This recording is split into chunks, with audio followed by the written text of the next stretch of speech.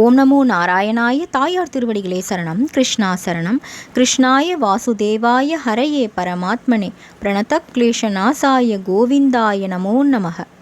இந்த பதிவில் நம்ம பார்க்க இருக்கக்கூடிய கிருஷ்ணர் கோவில் குருவாயூரப்பன் கோவிலாகும்.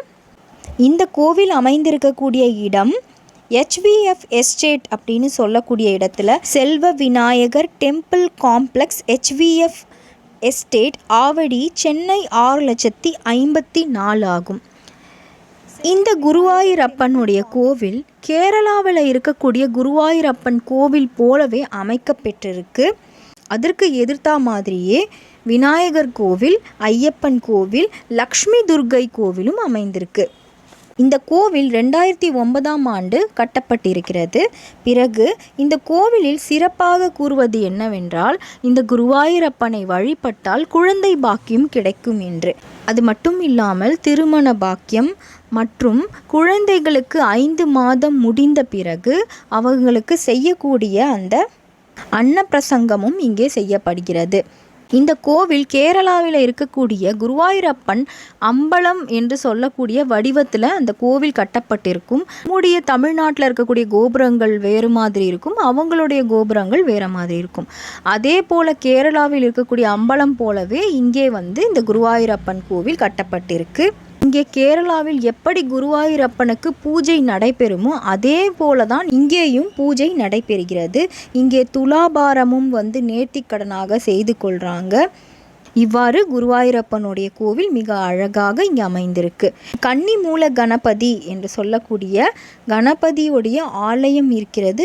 அங்கே சிறப்பாக மன்னார் சாலை சர்ப்பம் கோவில் என்று கேரளாவில் ரொம்ப சிறப்பாக, அதே போல் இங்கேயும் அந்த மன்னார் சாலை சர்ப்பம் கோவில் போலவே இங்கேயும் அமைத்திருக்காங்க.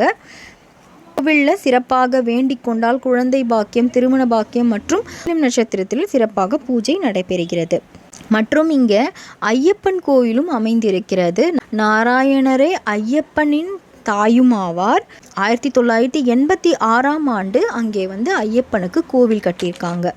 மலைக்கு போகக்கூடிய கன்னி சுவாமிகளின் பூஜை, அது போன்ற 18ஆம் படி பூஜை, பஜனைகள் அது எல்லாமே நடைபெறுது. மற்றும் குருவாயூரப்பன் கோவிலும் மிக சிறப்பாக பாகவத சப்தாகம் என்று சொல்லப்படக்கூடிய பாகவதம் படிப்பது நமக்கு ஒரு மிகப்பெரிய வரமாக கிருஷ்ணர் தந்திருப்பது அவருடைய திருவிளையாடலான பாகவதமாகும்.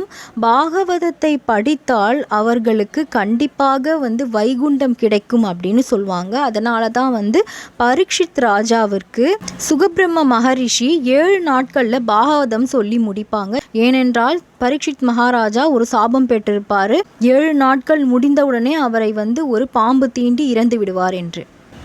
அதே போல் இப்பொழுதும் 7 நாட்களில் பாகவத சப்தாகம் சொல்கிறாங்க. அதனை நாம் கேட்டாலோ படித்தாலோ கண்டிப்பாக நாராயணர் லக்ஷ்மி தேவியின் இல்லமான வைகுண்டம் நமக்கு உண்டு.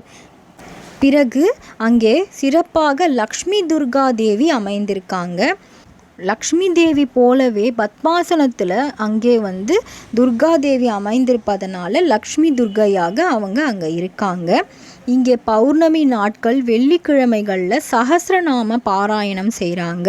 பிறகு வெள்ளிக்கிழமைகளில் லக்ஷ்மி துர்கைக்கு தயிர் சாதத்தை நெய்வேத்தியமாக வைக்கிறாங்க. மிகவும் அவர்களுக்கு விருப்பமான பிரசாதம் அப்படின்னு சொல்கிறாங்க. பிறகு புரட்டாசி அமாவாசையிலிருந்து 10 நாட்கள் நடைபெறக்கூடிய நவராத்திரி விழாவும் லக்ஷ்மி துர்கா தேவிக்கு மிகவும் சிறப்பான அலங்காரங்கள், சஹஸ்ரநாம பாராயணமும் நடைபெறுகிறது. இந்த தாயாரை வணங்கினால் மனதில் எந்தவிதமான பயமும் இல்லாமல் மன நிம்மதி மற்றும் அஷ்டலக்ஷ்மி தாயாரின் அருளும் கிடைக்கும். இங்கே விநாயகர், முருகர், ஐயப்பன், நவகிரகங்கள் மற்றும் லக்ஷ்மி துர்கா தேவியும் அமைந்திருக்காங்க. சென்னை ஆவடியில் மிக அழகாக கிருஷ்ணர் குருவாயூரப்பனாக கோவில் கொண்டிருக்காரு.